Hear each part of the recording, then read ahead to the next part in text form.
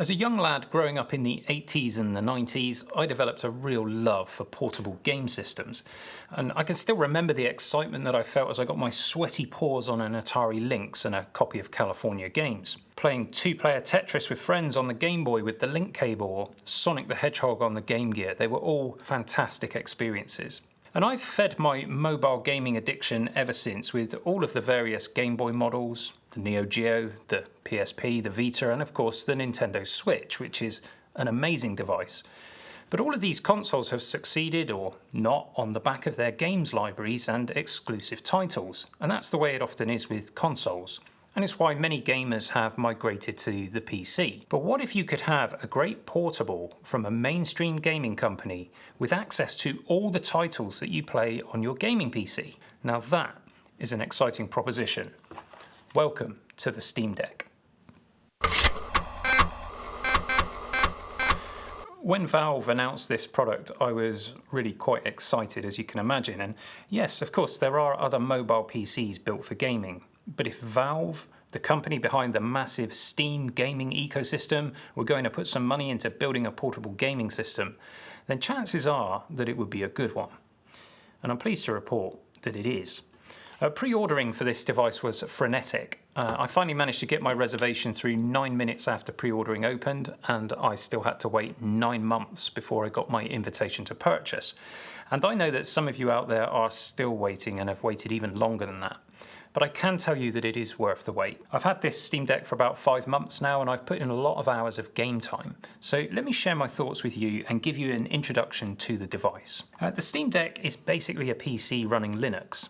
Steam has created its own console-like interface for accessing your games library, and they've done a great job.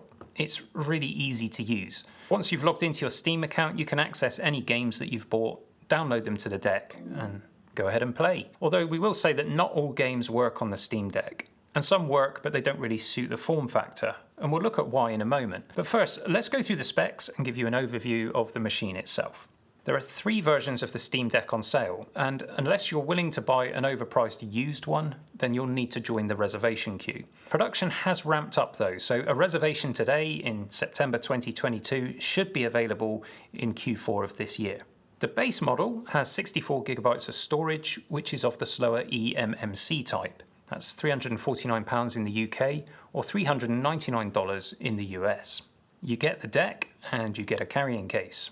The next model up has a 256GB NVMe SSD, so it's a faster storage, you get a carrying case, and you get an exclusive Steam Community Profile bundle. Basically some digital goodies for your Steam account. Now that one is £459 in the UK and $529 in the US. And then there's the top model, which I have here, where you get 512GB of storage, you get this premium anti-glare etched glass. There's an exclusive carrying case here. You get all of those Steam Profile goodies and an exclusive virtual keyboard theme. Now that's £569 in the UK or $649 in the US. I think that entry-level model with 64GB, that's just not enough space. I installed Forza 5 on my deck last week, and that game alone is well over 100GB. Now you can expand the storage with a micro SD card, there's a slot here, but if you're planning to do that, you may as well just spend a bit more on getting the 256GB or 512GB model. The speed of the storage is relevant to loading times, but you can quite happily play games from the SD card. And I just want to comment on the SSD type debate, because Valve announced that in the 2 higher capacity models, the SSD could be either a PCIe Gen 3 2X type or a 4X type. And this has upset some buyers because originally they were spec'd with the 4X or 4-lane SSD. And so as a result, they feel that they might be receiving a downgraded console. The difference between a 2-lane and a 4-lane SSD would certainly be noticeable in a benchmark, so this viewpoint is technically correct. However, in the real world, will you be able to tell the difference when playing games on the Steam Deck? And the answer is no. A few years back, Linus Tech Tips did a blind test video where gamers tried 3 PCs. They had one with the fastest possible NVMe SSD storage, one with previous generation NVMe SSD, and one that had SATA SSD drives. And the gamers, they couldn't tell the difference. And at least one of them actually thought the SATA-equipped machine was the fastest. Now, Valve have also done testing on this, and they say that there is no impact to gaming performance between the 2 types of SSD. And remember that the base model has eMMC storage, which is actually PCIe Generation 2, a single lane, and you can play games quite happily on that and also from SD cards. So this isn't an issue that affects the primary function of the Steam Deck, but you can make your own decision on that. I suspect that Valve has done this to alleviate supply chain issues and get more decks out to waiting customers, and that's probably a good thing. Let's get back to the specs. All of the Steam Deck models feature a custom chip from AMD. It's a quad-core Zen 2 based CPU with SMT, so that's an 8-thread CPU. And the GPU has 8 RDNA 2 compute units, offering up to 1.6 teraflops of performance. It's a great chip that is well matched to the Steam Deck, and it allows you to play AAA titles at 60 frames per second. A natural comparison to the Steam Deck is the Nintendo Switch, but one of the downsides of consoles like the Switch is the limited graphics performance. Now, when a game is designed specifically for the chip in the Switch, like Zelda for example, it looks amazing, but ports of other mainstream titles often struggle. So to have a portable machine like this that's capable of playing top-tier titles at a decent frame rate, well, that's just fantastic. Now true, some of those top tier titles will be running at lower graphics settings, but you really don't notice that so much on the 7-inch display. Now speaking of the display, it's an optically bonded IPS LCD, so readability is really good. Of course, some say it should have an OLED display, and I probably agree with that, though there is nothing wrong with the screen. It supports 60 Hz, which ties in with the target 60 FPS frame rate. It's touch enabled and has a resolution of 1280 by 800, which is just perfect for this size. The brightness is 400 nits, and that's fine for indoor gaming, but you might struggle outside in bright sunlight. The top model, as we said, gets that anti-glare treatment, and I haven't seen another Steam Deck to compare it to, but what I can say is that it's not massively reflective. I've never been disturbed by reflections or glare whilst I've been playing games, so I'd say it's probably worth the upgrade. The Steam Deck has 16 gigabytes of LPDDR5 RAM, and that's a decent amount of RAM, and it's very fast. And naturally it's being shared by both the CPU and GPU, but it should be plenty for the vast majority of titles. The controls of the deck are comprehensive to say the least, so let's run through them. You've got 2 full-size analog thumbsticks, and yes, these are superior to the thumbsticks you get on the Switch. They also have capacitive touch sensors on the top. And in use, I find that these thumbsticks are just as nice as using those on an Xbox controller. In fact, the controls of the Steam Deck are modelled on a standard Xbox controller. You've got the usual A, B, X, Y buttons, you've got a D-pad, there's 2 shoulder buttons or bumpers, and there's 2 analog triggers. You'll also find view and menu buttons here. On the rear of the Steam Deck, we have 4 more assignable grip buttons. I personally find these a little bit awkward to use, but I'm guessing that some of you out there will absolutely love them. On the front of the Steam Deck, we have 2 square trackpads with haptic feedback, and they're also pressure sensitive for configurable click strength. Now again, I don't tend to use these much in my gaming, but I can see that some people will love them. I have the original Steam controller which had trackpads, and I didn't really get on too well with those, but Valve claim that these particular ones have 55% better latency by comparison. Finally, inside we've got a 6-axis gyro, and of course there's the touch screen as well, so there's plenty of choice when it comes to controls. And there's nothing stopping you from connecting a Bluetooth controller if you prefer to do that, though you will need to find a stand to put the Steam Deck on. There's no integral kickstand like you get on a Nintendo Switch. And you should be aware that the deck is made from hard plastic, and there are no rubber strips anywhere on the deck to stop it from sliding around. And the deck will slide around very easily on a hard surface, as I found out when mine slid off a coffee table and landed face down onto the sharp corner of a stone hearth. Valve kindly replaced my Steam Deck, but I covered that in another video. And incidentally, no, they didn't replace it because I'm a YouTuber. They've been doing this for lots of people whilst they get a repair centre up and running, which they now have. Anyway, if you've got butterfingers, you might want to invest in a protective case or a sleeve, and probably a screen protector. Though I'm not sure how a screen protector will affect the anti-glare glass on this top model. I'm not personally a fan of silicone covers, but I can see the wisdom in using one, but you should at least be careful to put the deck back into its supplied case when you're not using it. The Steam Deck is nice to hold, and I got used to the controls really quickly. I don't have particularly small or particularly large hands, but I find it very comfortable, even for longer gaming sessions. Obviously, the deck is much heavier in the hands than if you were just holding a controller, so I often find myself resting the bottom edge of the Steam Deck on my lap whilst I'm playing. And Valve has given some thought to this because the internal fan draws air through the back of the case here and then exhausts through the top. So you can rest it on your lap without any worries of hurting the thermal performance. Naturally, when you're playing a heavyweight game, the system does get hot and the fan does blow some hot air out of the top. But the heat is well managed and it's kept away from your main touch points, so I don't find that you end up getting warm hands. Now let's just cover off the remaining specs. We mentioned Bluetooth, and it's version 5 in the Steam Deck, and you also get 2.4 and 5 GHz Wi-Fi. There are stereo speakers on board, which sound pretty decent. They don't have the best bass response, but they're perfectly good for a device like this, and there's plenty of volume too. Of course, you can plug in headphones or a headset with the 3.5mm jack, though you don't actually necessarily need a headset microphone for online gaming because there is a dual microphone array on board. Now, you could also use a Bluetooth headset. We reviewed some nice Edifier gaming earbuds recently, which would be an ideal partner for the deck. And it also has multi-channel audio output via the USB-C port. Now you can use this port to charge the Steam Deck, and it comes supplied with a 45-watt USB power supply that has PD support.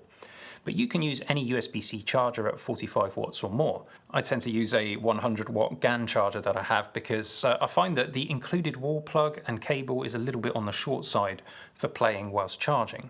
Now, speaking of battery life, which is really important on a mobile device like this, Valve are claiming between 2 and 8 hours of gameplay from the 40-watt-hour battery, but in my experience it's always more like 2 hours. I think 8 hours would only be achievable with more simple games. But it's not a problem to play whilst you're charging because the USB-C port is on the top of the Steam Deck, not the bottom like on the Switch, so the cable doesn't get in your way. And that USB-C port does open up more possibilities with the Steam Deck. It's a fast USB 3.2 Generation 2 port, so that's 10 gigabits per second bandwidth. And you can plug it into a USB-C hub to add more USB ports, so you could add a wired keyboard and mouse. It also provides DisplayPort 1.4 support, so you can output to an external monitor. Now, according to Valve, it will support an 8K display at up to 60 Hz, though of course the Steam Deck doesn't have enough power to render games at that resolution, not with any kind of sensible frame rate anyway. But remember how we said that the Steam Deck is a Linux PC. You can exit the Steam interface into a KDE Linux desktop environment and then use your Steam Deck as a normal PC. And performance, as you'd expect, is pretty decent.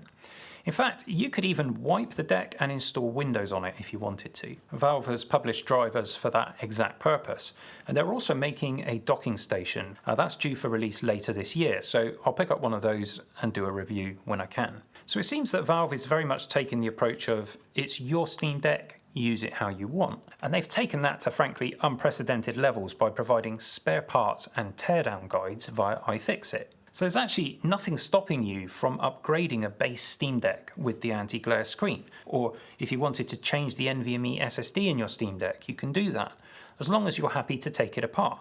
Now, I suspect most people won't want to do that, but the fact that you can is fantastic, so massive kudos to Valve for supporting right to repair in this way. Now, we should probably talk about some games.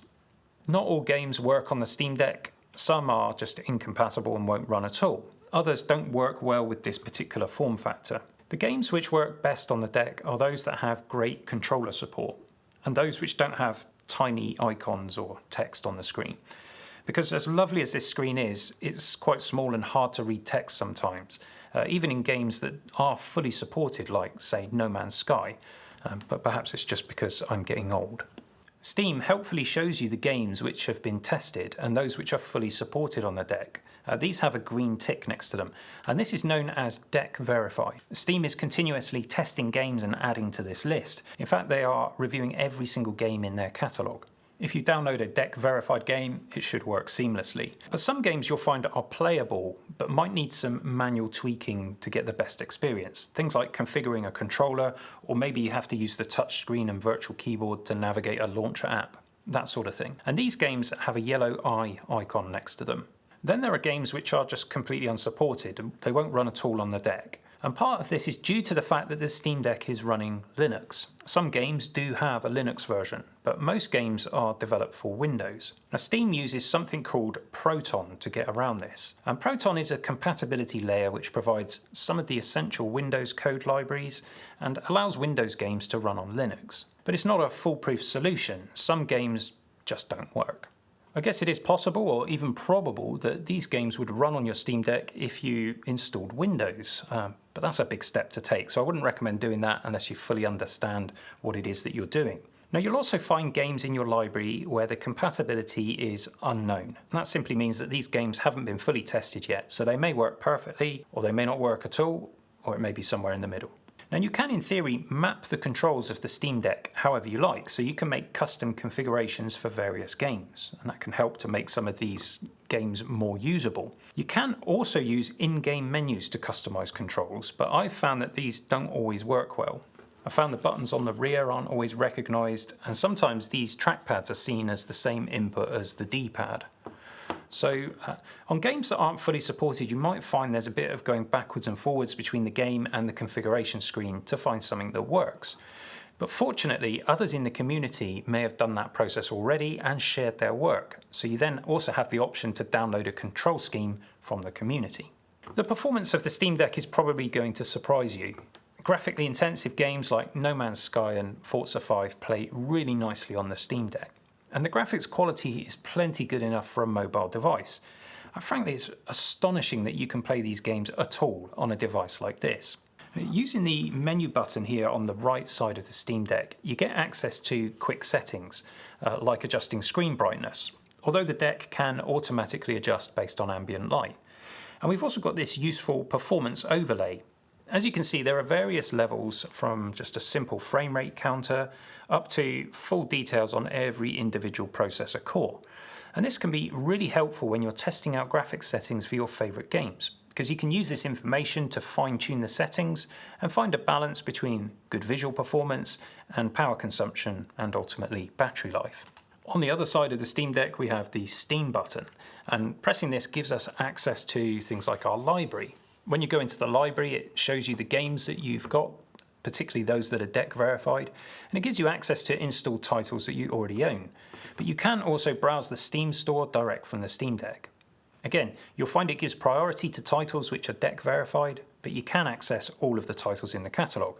And I've found it's really straightforward to make a purchase directly on the deck. Incidentally, if you hold down the Steam button and then press X, that brings up the virtual keyboard, which you may need in certain circumstances. It just makes it easy to type on screen. And we have access also via this menu to all the usual settings which you would expect to find on a device like this. And you'll find access here to system updates, which I've found to be pretty regular. But if you do want to be at the bleeding edge, you can also set up your deck to download beta releases. Now, you can call up the Steam menu at any time, whether you're in-game or on the home screen. Any game that you do have running will be suspended, so you can even head to the library or to the store mid-game and then resume from where you left off. Of course, this is Steam, so you can chat to your friends, you can play with others online, just like you can on your PC. And you don't have to pay a subscription to your console manufacturer in order to do it. So, action games, driving games, RPGs, sports, anything that works well with controller inputs is going to be good on the deck. But when it comes to strategy and simulation games, sometimes you might find them to be a bit less enjoyable. I'll take Timberborn for example, which is a brilliant game. And if you haven't played it, think Age of Empires but with beavers instead of people, and water, or the lack of it, is your enemy. It's really clever and it works on the deck with the controllers. But it's just not as easy to play with these controls. Really, you want a keyboard and mouse. And some of the on-screen UI and text is a little bit difficult with the small screen. Now, as it happens, I've been sent a product for review which will help with that, so look out for that video coming soon. And perhaps then this is a good point at which to say, don't forget to subscribe and ring the bell so that you don't miss that content. Now, speaking of interesting games, I've recently played through Stray on my Steam Deck. I found that really enjoyable, if a little bit too short. I was disappointed when it ended. Like Timberborn, I think it's a good example of innovative gameplay, which is one of the huge draws to systems like the Switch, because Nintendo have always been masters of providing unique gaming experiences. But you can find similar innovations in the PC gaming arena too. There are some really great gaming experiences to be found in the huge library of indie games that is available on Steam. And of course, developers will be making sure that their games run well on the deck. It's worth saying as well that Steam has regular sales and the price of games is much less than those on equivalent console platforms. Steam also has something called early access games, where you can buy into a game before it's finished. Of course, this has been abused by some developers, but there are developers who really listen to the feedback that they get from the game players and then shape the game's development around that feedback. So for anyone who's coming from a console ecosystem and moving to Steam, I think you're going to be pleasantly surprised by what's available. Now, of course, we did some comparisons between the Steam Deck and the Switch, and I guess that's kind of inevitable because they're similar form factors. But I don't think it's Steam Deck versus Switch. It's not one or the other. They're just different experiences. The Steam Deck is quite a bit bigger than the Switch, as you'd expect with all that power inside, but I actually find it more ergonomic for longer gaming sessions as a result of that. So for me, the Steam Deck is an absolute triumph. Now sure, there are some rough edges, as there are with any product, but Valve appear to be really committed to developing this Steam Deck. And when the next generation comes out, I'd expect it to be even more refined and even more powerful. That said, I've never found myself wanting for more performance when gaming on the Steam Deck. Quite the opposite, actually. I've consistently found myself to be surprised and delighted with the Steam Deck experience. And isn't that what gaming should do for us? So the Steam Deck gets a massive thumbs up from me, and hopefully you feel the same way about this video. If you've got questions, please leave a comment below. I'll do my best to answer those. And also let me know how you feel about the Steam Deck experience, because I'm guessing it won't be the same for everyone, and you probably won't agree with all of my conclusions. And that's a good thing, because life would be boring if we all thought the same way about everything. In any case, thanks as always for your likes, even your dislikes, your shares, your subs, your comments. See you again soon for some more geekery.